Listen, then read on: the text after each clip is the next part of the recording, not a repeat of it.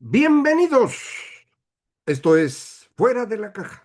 Yo soy Macario Esquetino y le agradezco mucho que me acompañe en esta nueva emisión de Largo Aliento, la número 20, que continúa el tema de la construcción de los mitos nacionalistas, los mitos de la nación, que son un intento de encontrar una referencia trascendente para la sociedad que no sea estrictamente religiosa.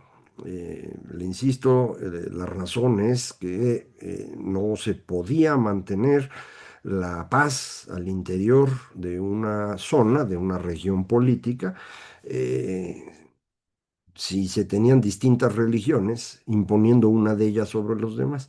Entonces había que encontrar algo que estuviera por encima de estas diferencias religiosas y lo que se empezó a construir fue este Estado laico, que la referencia, digamos, trascendental para la sociedad, fuese un cuento en el cual lo que le daba trascendencia a los individuos no era la existencia de un Dios, sino de una nación, una comunidad imaginada que tenía una historia muy larga y por lo tanto tenía un futuro previsible igualmente largo.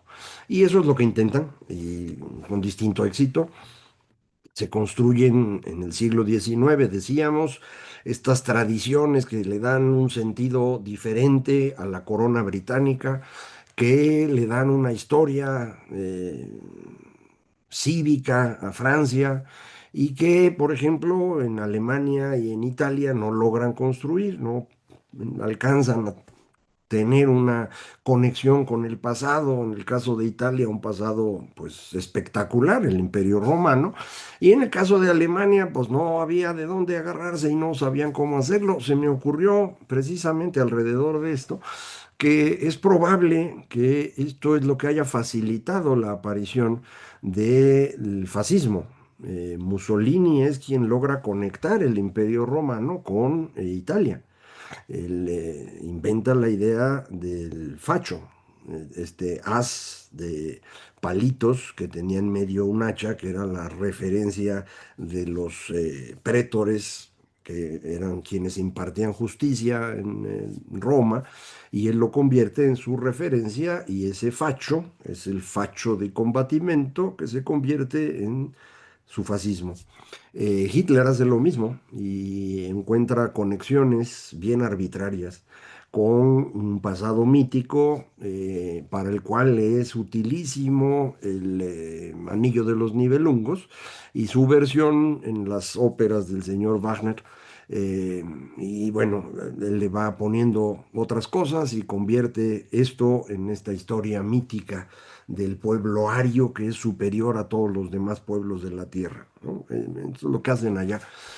Aquí en el continente americano, lo que teníamos que hacer cuando nos separamos de los que nos habían venido a conquistar, como se llama, pues era deshacernos de ellos, ¿no? Y darle sentido a un pueblo que había vivido muy tranquilo y muy bien hasta que llegaron aquellos, echaron a perder todo y ahora vamos a recomponernos, ¿no?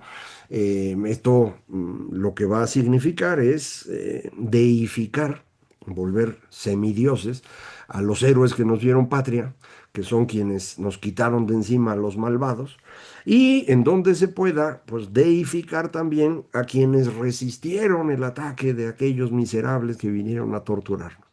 Eh, yo creo que el caso más elaborado y desarrollado es acá, es Nueva España, es México. Estados Unidos, por ejemplo, no tiene cómo conectarse con ese pasado remotísimo, así que lo más lejos que se pueden mover es inventar el Día de Acción de Gracias y luego, pues, enaltecer a los padres fundadores, que son el señor Washington y Adams y Jefferson y Madison y Hamilton, que la verdad sí fue una generación excepcional y la convierten en pues, su gran referencia. Nosotros, sin embargo, pues teníamos que quitarnos de encima a los españoles, ¿no? Esa era la idea de quienes en el siglo XIX pues, están tratando de darle sentido a México. Eh, y quienes lo hacen son un par de personajes muy curiosos, Fray Servando Teresa de Mier y Carlos María de Bustamante. Y los dos lo que hacen es empezar a picotear en la historia para ir seleccionando las cosas que les ayudan a construir un discurso en el cual los héroes mexicanos pues son el señor Cuauhtémoc, por allá en el pasado muy remoto, y ya en el momento presente pues Miguel Hidalgo. Y en medio de esos dos no hay nada. Es decir, son 300 años que fueron de oscuridad, una especie de edad media en la cual pues fuimos humillados, aplastados y demás. Es un cuento muy mal hecho. Es lo que se podía hacer, me imagino, en esa época, ellos lo hicieron como pudieron, pero este cuento se va a retomar para dar una construcción ya propiamente nacionalista en esta famosa obra que se llama México a través de los siglos. Es una obra de 6 tomos, bueno, cinco y uno adicional, este, que es muy bonita y mucha gente la tenía en su casa porque servía de adorno. Yo creo que casi nadie la habrá leído, pero es una historia en la cual se van conectando estos viejos héroes. No se destruye por completo la parte del virreinato, se recuperan algunas cositas, pero sobre todo se enaltece el momento de la independencia, se enaltece a Benito Juárez y se enaltece a Porfirio, que es en su periodo cuando se hace esta gran obra. Y pues en ese libro usted puede ver a un Porfirio Díaz que no conoce. O sea, el que a usted le tocó es otro. Y ese es otro porque quien construye el mito en el siglo XX, pues son otras personas. ¿Quiénes son? Pues este mito del siglo XX se construye fundamentalmente para personas que no saben leer y escribir, que era pues, la mayoría de los mexicanos, y se construye en la pared, ¿no? Son las pinturas de Diego. Diego, como sabe, Diego Rivera, era un comunista convencido, él formaba parte del Partido Comunista y él pues se pintó lo que él quería ver, ¿no? Un México comunista, él estaba convencido que eso era lo que había que hacer. Eh, Él pinta fundamentalmente en el periodo del final de los sonorenses, todo el periodo de los sonorenses, y quien convierte eso en ya la mitología del nacionalismo revolucionario es Cárdenas, que también quería un México comunista, él estaba convencido de eso. Y entonces, pues retoma estos murales que antes podíamos ver en Palacio Nacional sin dificultad, ahora pues todo es complicado porque se regresaron a vivir ahí estos señores y echaron a perder el palacio, que era pues un lugar para visitar los mexicanos. Ahí están los murales, ahí está Marx, Engels, Lenin, que nunca vinieron, pero ahí los pintó Diego porque pues eran los importantes, ¿no? Eh, por ahí anda Hernán Cortés así todo chueco, sifilítico, y ahí es donde entra la duda, ¿no? Dice uno, si Hernán Cortés estaba así, pues ¿cómo fue que nos derrotó, mano? Imagínense si hubiera estado enterito y completo y fuerte, hubiera sido el final de todo. Bueno, todos son cuentos, ¿no? Insisto, y son cuentos para legitimar a quienes fueron obteniendo el poder a la fuerza y que querían construir un México que funcionara. Porfirio está tratando de seguir el proceso que habían seguido los europeos, que es este proceso mediante el cual va uno rompiendo las estructuras sociales medievales, corporativas, para reemplazarlas con ciudadanía. Ese es el intento de Porfirio. No le da tiempo, lo reconoce en la entrevista que hace con el señor Krillman, una entrevista muy famosa de la cual todo el mundo nomás ha leído un cachito, pero la entrevista es buenísima. Y en donde dice, es que no hemos podido llegar tan lejos, ¿no? La democracia requiere ciudadanía y pues en eso andamos, todavía no funciona. Finge que sí, que ya va a poder haber elecciones y todo, pero es nada más para engañar al público que surjan aquellos que quieren reemplazarlo para poderlos decapitar, caso de Bernardo Reyes. Eh, pero sí, es el proceso en el que él está. Y es un proceso que los sonorenses van a tratar de continuar, esa es mi interpretación. Ellos también están pensando en un país de ciudadanía. Recuerde usted, todos los sonorenses, bueno, prácticamente todos los líderes de los sonorenses son clase medieros esencialmente ateos. No son comecuras todos ellos, pero sí todos son prácticamente no religiosos, porque Sonora así era en ese periodo, y pues el éxito del porfiriato en Sonora crea a este grupo que cuando llega al poder, pues dice, vamos a seguirle porque estaba funcionando, y en esa dirección van. Cuando se matan entre ellos y se les acaban los sonorenses y escogen al michoacano, pues el michoacano llega con otra idea. Recuerde usted que el guía espiritual, el tutor, el mentor de Lázaro Cárdenas es don Francisco J. Mújica, un ex seminarista de allá de Uruapan, Michoacán, es decir, propiamente hablando de afuerita del Bajío, ya no, el Uruapan sí está afuera. Jiquilpan, donde nació Cárdenas, sí está dentro del Bajío. Pero pues él aprendió con Mújica y entonces tiene una visión diferente. Son los dos, son convencidos de que el comunismo es una maravilla. Mújica es el que introduce ideas de este tipo en la Constitución del 17. Él es el jefe de la Comisión de Constitución, apoyado por Obregón. Y bueno, pues vamos construyendo entonces un discurso nuevo en el cual, para que tuviera sentido la revolución, había que convertir a Porfirio en el peor de todos. Y eso van a hacer, lo van a convertir en el imaginario nacional en un dictador miserable que abusó de los mexicanos, que impedía los sindicatos, todo eso son mentiras, ¿eh? Efectivamente era un personaje que no era democrático, eso no hay duda, pero otra vez, a fines del siglo XIX y principios del siglo XX, así eran todos, ¿eh? No había prácticamente democracias en el mundo, por decir Estados Unidos, a lo mejor un cachito ahí Francia, que pues no funcionaba muy bien, en Inglaterra con su monarquía constitucional y una cierta democracia, pero párele de contar, ¿eh? Todos los demás tienen regímenes autoritarios, es lo que funcionaba en esa época, y Porfirio era pues un autoritario, eso no hay duda. Pero el avance económico del periodo, su apoyo a los sindicatos, pues eso no se lo pueden quitar, ¿eh? O sea, ahí está, lo hizo. Él no era contrario a los sindicatos, él era contrario a los conflictos entre la empresa y el sindicato. Y entonces la pasaba tratando de ayudarlas a las negociaciones.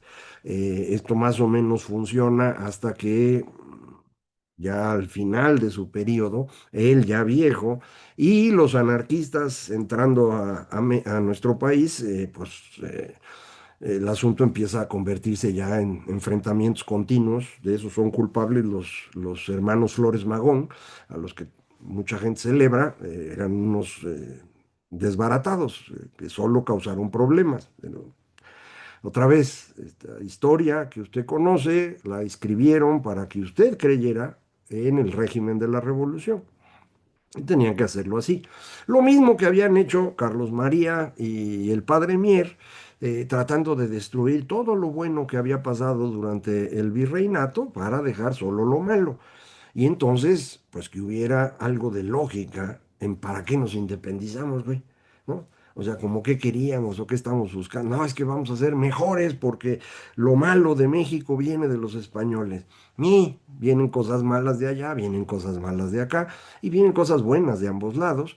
Y yo insistiría, el mejor momento que tiene México ocurre en la Nueva España, entre 1650 y 1750. Es parte de lo que viene en el libro que ya próxima semana va a estar en librerías y espero que pronto podamos empezar a platicar aquí, porque pues, hay que empezar a poner una historia un poquito más lógica. Eh, Todas las historias para convertirse en este elemento cohesionador y legitimador tienen que ser simplificadas y tienen que ser un poquito torturadas, ¿eh? O sea, tampoco cree usted que vamos a tener una historia absolutamente real de lo que exactamente pasó. Primero, porque no podemos, y segundo, porque eso no sirve para cohesionar nada. Entonces sí se necesita construir una cosa medio mítica. Eso es natural de los seres humanos. Pero hay que construirla, creo yo, de manera que le sea útil a México.